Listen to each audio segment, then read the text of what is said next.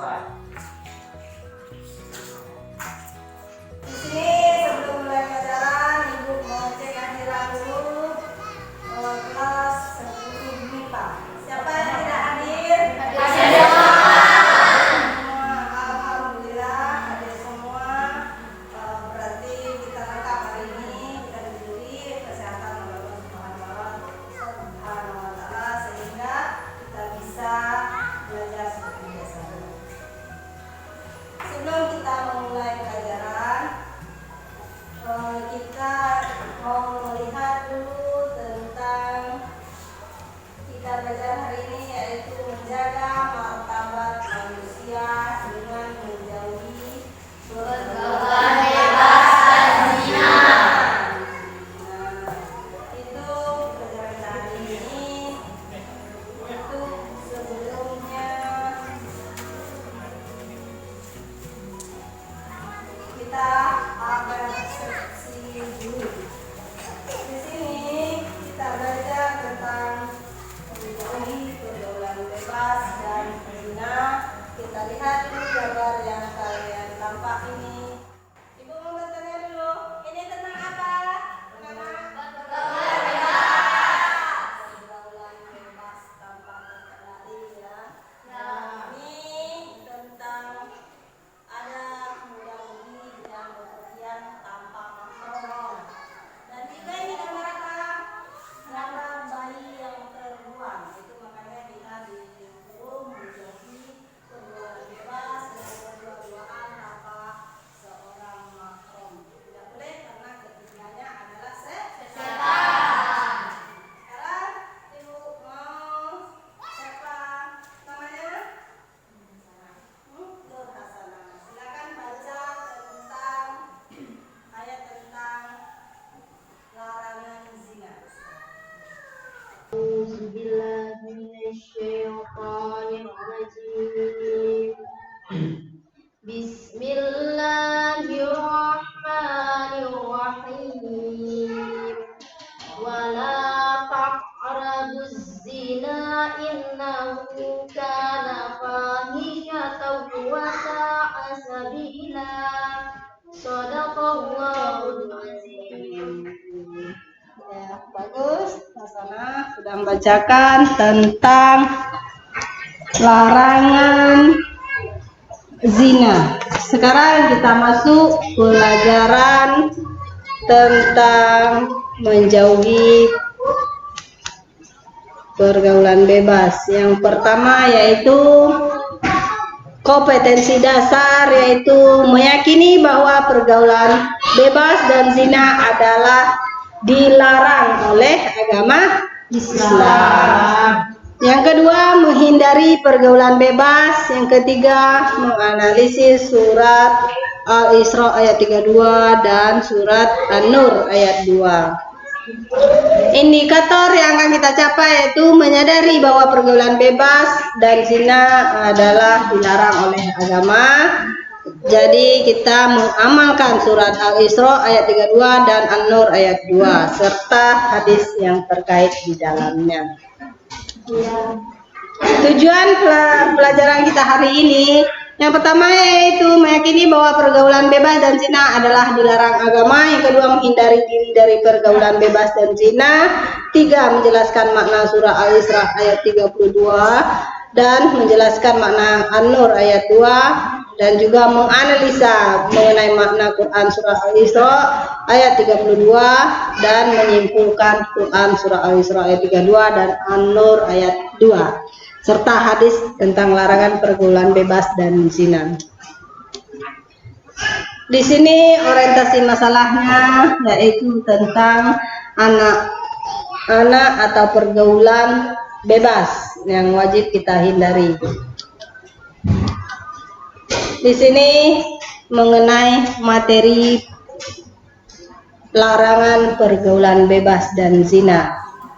Sekarang Ibu kasih tahu dulu tentang pengertian zina. Zina berasal dari kata zana yazni yang artinya hubungan persetubuhan antara perempuan dan laki-laki yang sudah balik mukallaf tanpa akad nikah.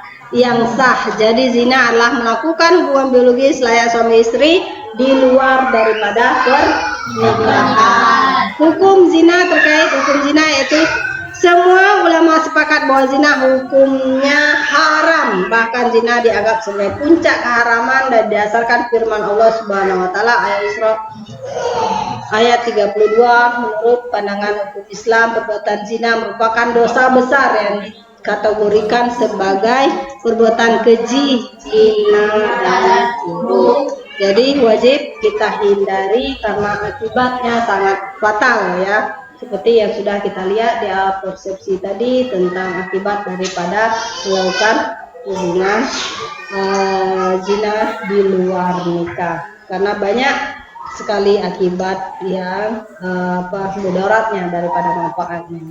Begitupun kalian masanya remaja, masanya tentang kalian mengenal satu sama lainnya, tidak boleh dinamakan pacaran.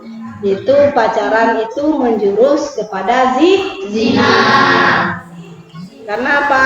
Pandang-pandangan dulu, akhirnya pegang-pegangan, akhirnya janjian, itu mengakibatkan rusaknya moral seorang karena tidak menjauhi zina tadi.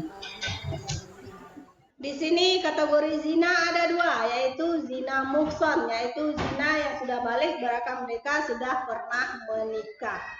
Yang kedua zina ghairu muhsan, yaitu zina masih lajang belum pernah menikah. Jadi hukum bagi pezina dera atau pukulan sebanyak 100 kali bagi ghairu muhsan atau yang belum menikah, itu didera 100 kali, dicambuk sampai 100 kali apabila dia ketahuan berzina. Dan ditambah diasingkan pelakunya ke tempat yang jauh daripada masyarakat. Seperti itu kalau hukum Islam. Kalau bagi pezina muhsan yang sudah pernah menikah kemudian dia berzina, maka hukumannya adalah sangat berat, yaitu dirajam sampai mati. Dirajam itu dikubur badannya, setinggal lehernya lagi dikubur, habis itu dirajam atau dilempar pakai batu dan kerikil sampai mati. Itu hukuman di dunia, belum lagi di akhirat. Itu begitu beratnya ya tentang zina. Di sini juga zina tidak sembarangan kita menuduh orang berzina. Ada tentang hukuman bagi yang menuduh zina. Mengingat beratnya hukuman zina, maka hukum Islam telah menentukan syarat-syarat hukuman bagi orang menuduh orang lain berbuat zina. Satu, hukumnya dapat dibatalkan bila terdapat keraguan. Yang kedua, harus ada saksi-saksi. Misalnya kita menuduh orang zina, harus ada saksi-saksi atau 4 orang saksi yang menyaksikan zina tersebut, baru bisa dikatakan dia seorang itu berzina. Yang ketiga, kesaksian 4 orang yang adil. Adil maksudnya tidak memihak satu dan lainnya. Dan juga ada seorang itu keempat saksi menyatakan kesaksian lain dari yang lain, maka salah seorang di antara mencabut kesaksiannya. Nah, itu tentang hukuman zina. Bagi penuduh zina terhadap perempuan baik-baik adalah didera sebanyak 80 kali ya. Itu hukuman bagi yang menuduh orang lain zina. Padahal dia wanita baik-baik, tapi dituduh berzina, maka hukumannya 80 kali dicambuk. Itu menurut hukum Islam. Dampak negatif zina yang pertama yaitu dilaknat Allah dan Rasul Allah. Yang kedua, dijauhi, dikucilkan oleh masyarakat. Terus nasab menjadi tidak jelas. Kalau zina, nanti anaknya diturunkan nasabnya dari siapa? Karena tidak ada bapaknya. Jadi walaupun itu bapak kandungnya, tapi dibuatnya di luar nikah, tidak sah bernasab pada yang bapaknya tadi. Apabila menikah maka dinasabkan kepada wali hakim apabila dia perempuan, dan juga laki-laki karena tidak dinasabkan anak di luar nikah kepada orang yang membuat zina tersebut. Itu nasab menjadi tidak jelas ya. Anak hasil zina tidak dapat dinasabkan kepada bapaknya karena dia tidak menikah dulu, jadi tidak bisa dinasabkan. Itu anak hasil zina tidak berhak mendapat warisan. Jadi apabila bapaknya dapat warisan, maka tidak berhak dia menerimanya karena tidak menikah terlebih dahulu. Ayat Al-Quran dan hadis tentang larangan mendekati zina, Al-Isra ayat 32 seperti yang sudah dibacakan teman kita tadi, teman kalian Hasanah sudah dibacakan, yang artinya apa? Dan janganlah kamu mendekati zina, sesungguhnya zina itu adalah perbuatan yang keji dan suatu jalan yang buruk. Surat Al-Isra ayat 32. Di sini kandungan Al-Isra ayat 32 yaitu dampaknya yang tertera atau yang nampak di dunia. Pertama yaitu menghilangkan wibawa karena malu tadi, tidak ada wibawa lagi. Yang kedua mengakibatkan kekafiran. Yang ketiga mengurangi umur. Kenapa? Karena mengurangi umur Allah yang menentukannya, tetapi mungkin karena malu tadi jadi tidak berani keluar rumah, itu sakit-sakitan. Terus yang kedua, dampak akan dijatuhkan di akhirat nanti mendapatkan murka Allah, hisab yang jelek dan siksaan dari neraka. Surat An-Nur ayat 2 juga larangan tentang zina dan hukum berzina. Kandungan Quran surah An-Nur yaitu tentang perintah Allah mendera atau menghukum pezina perempuan dan laki-laki. Yang kedua, dilarang berbelas kasihan kepada orang yang berzina, tetap dihukum, tidak ada kata kasihan ya. Pelaksanaan hukum disaksikan oleh orang-orang yang beriman. Di sini juga ada hadis tentang larangan berzina.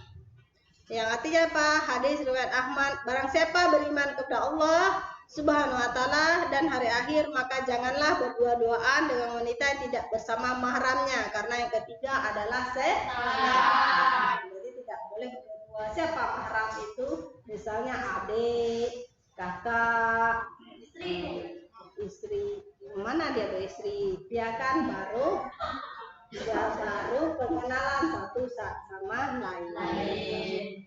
Kecuali dia mau berhaji sama mahramnya ya, boleh sama istri, sama adik, sama ibu, seperti itu.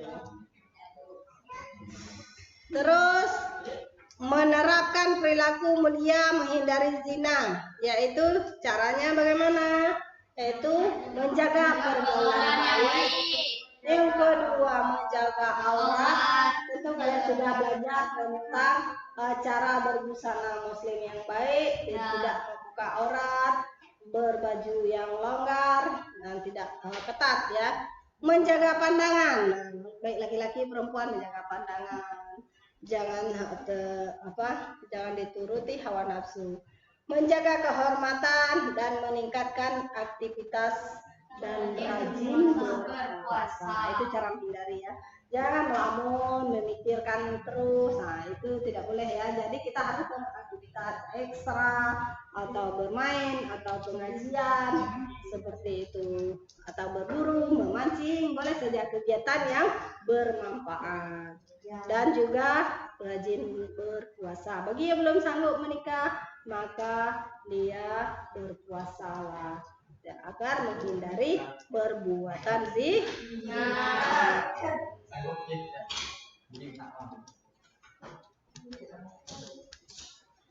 Kesimpulan di sini dapat kita ambil bahwa perbuatan zina sangat dilarang oleh Allah Subhanahu wa taala dan kita wajib menghindarinya. Dari ini kita bisa memetik kesimpulan bahwa kita menjaga pandangan dan juga menjaga pakaian juga bisa menghindari kita daripada zina. dengan membaca Al-Quran dan mendekatkan diri kepada Allah Subhanahu wa Ta'ala. Yang pertama yaitu melaksanakan sholat 5 waktu. Itu ya tentang kesimpulan hari ini. Di sini juga Ibu berikan kuis. Siapa yang bisa jawab nanti? Orang berbuat zina adalah 2 kategori, yaitu zina muhsan dan khairu muhsan. Yang dimaksud khairu muhsan adalah zina yang dilakukan oleh, siapa yang bisa jawab? B. Oleh orang yang belum menikah. Oleh orang yang belum menikah, ya. Zina muhsan yaitu yang dimaksud ghairu muhsan yaitu yang belum menikah. Bagus.